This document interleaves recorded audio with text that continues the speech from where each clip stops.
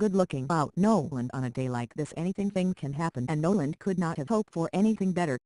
Ethan Woods has always been a good guy, so when he fell in with the wrong crowd he felt like he was trapped where he was somehow. He had longed to be independent in his life. 6 boys walk past Ethan Woods. They act like they haven't seen him standing there. He feels left out of the group. Does anyone care that he's here? Sully, the older boy who had just walked in the house, saw him and he stops and gives Ethan a look. "Take this as a gift, Nolan," he says, pointing to a bag that laying by a table in the corner of the room on the floor. "Go on and pick it up, take it with you." Ethan did not want to piss Sully off, so he picked up the duffel bag. It was light, so light in fact that he thought the bag must be empty. He thought that it must be a joke that Sully was playing on him. It must be a joke. Ha ha, an empty duffel bag, but something was in the bag. He walks home to the house on 11/98th Street. He has the feeling that he has gotten in way too deep to turn back now. "Ethan, up until now everything that had happened, and I still never would have let it all go now. I had to be careful now that it was all out, in the open. My life was on the line now, and it was all because of something from the past. I believed that I could get away from the past, but now it was knocking at my door. I had crossed the line, the one that should not be crossed. My pride had gotten in the way. It was the only thing that was my downfall. What was I thinking about, when I thought that it was all over? I should have known that when you join you can't get out that easy. I could try and tell you that it all began 2 weeks ago. It was my fault. Let's call it moment of weakness on my part. It was just me being gallant. Don't even fall for the nice face in this line of work. It could get you killed. Lies often can work for you, especially if you're working undercover. You get used it by now. Man, you name it, I've had to do it. Seldom in this line of work can you make any long-term friends. It can be deadly if you do. It was stupidity on my part. I did not even see it then. It was all my arrogance, as I was an arrogant prick. But now I know I had gotten myself in too deep to see it all now. When I thought that I could get away with anything. I look back at it now. Was it too late? Yes, it was. Everything was a setup. No one was making the call now.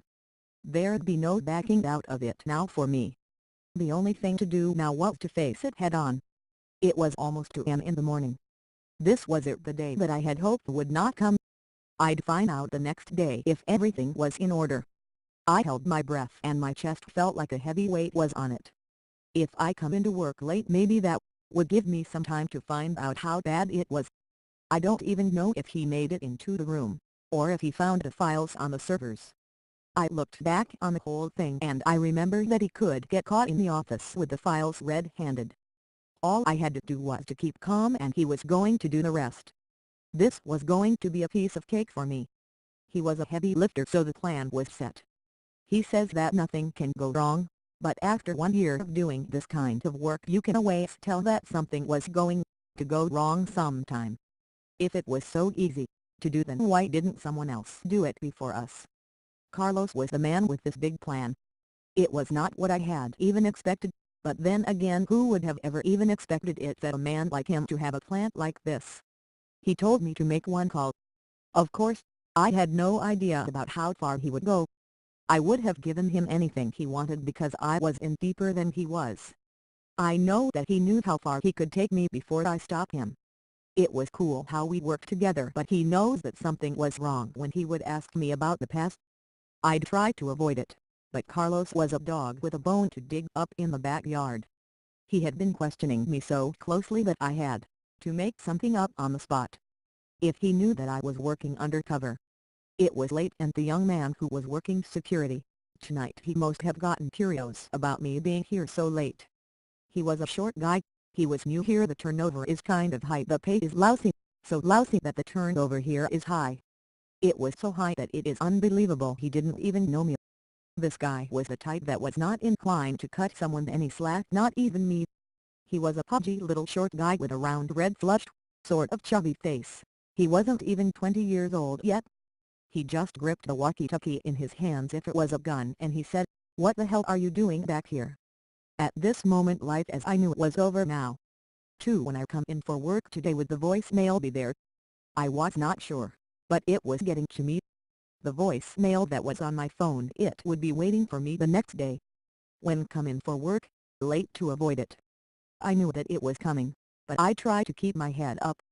It was because the whole time knowing that I was going to be written up for coming in so late. I looked at the screen, it was still dark. Could I move the mouse? Anything could in it. So what could I do now? He didn't call me back. Where is he?